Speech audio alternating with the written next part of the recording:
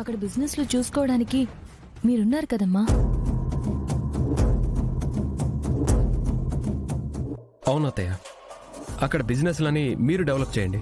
అంటే మనం ఈ పల్లెటూరులోనే ఉండిపోదామా? ఏంటి విహారీ, నా కూతుర్ని ఇక్కడే ఉంచేద్దాం అనుకుంటున్నావా? ఏ ఫెసిలిటీస్ లేని ఈ ఊరికి మనం సారే ఇచ్చి పూజ జరిపిద్దామని వచ్చాం గాని ఇక్కడే ఉండిపోదామని రాలేదు. అత్తయ్య, వ్యవసాయం అంటే లాభసాటి కాదని నాకు తెలుసు, కానీ ఆర్గానిక్ వ్యవసాయం లాభమే. అవునమ్మా, మన ఇంట్లో ఆర్గానిక్ ఉత్పత్తులు చాలా తెచ్చుకుంటాం. అవన్నీ ఎంత రేటు ఉంటాయో మీకు చెప్పక్కర్లేదు. ఆర్గానిక్ ఉత్పత్తుల రేట్లు ఎవరూ నియంత్రించరు.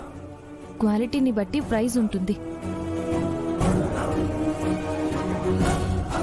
అలా చూసినా మనం క్వాలిటీగా ఆర్గానిక్ ప్రొడక్ట్స్ ఇస్తే మనకు ఖచ్చితంగా వ్యవసాయం లాభసాటిగానే ఉంటుంది.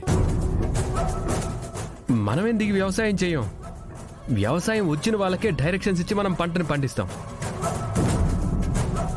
అత్తయ్య, ఈ బిజినెస్లో మనం మనతో పాటు రైతులు కూడా పార్ట్నర్సే కాబట్టి మనం ఇక్కడ ఉండక్కర్లేదు. మిమ్మల్ని నేను ఇక్కడ ఉంచను. శభాశ్రా మనోడా, వ్యవసాయం చేయడమే దండగా అనుకుంటున్న ఈ రోజుల్లో వ్యవసాయంతో ఇంతమంది రైతులకు సహాయం చేస్తున్నావు. చాలా మంచి పని చేస్తున్నావురా.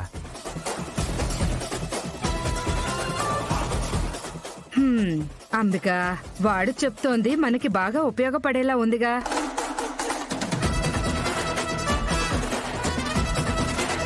తాతయ్య, ఇది మనూరు.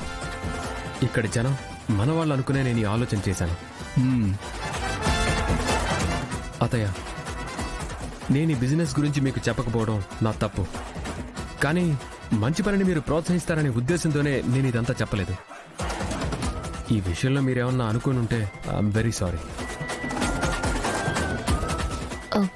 పిన్ని, బావ ఐడియా నాకు నచ్చింది.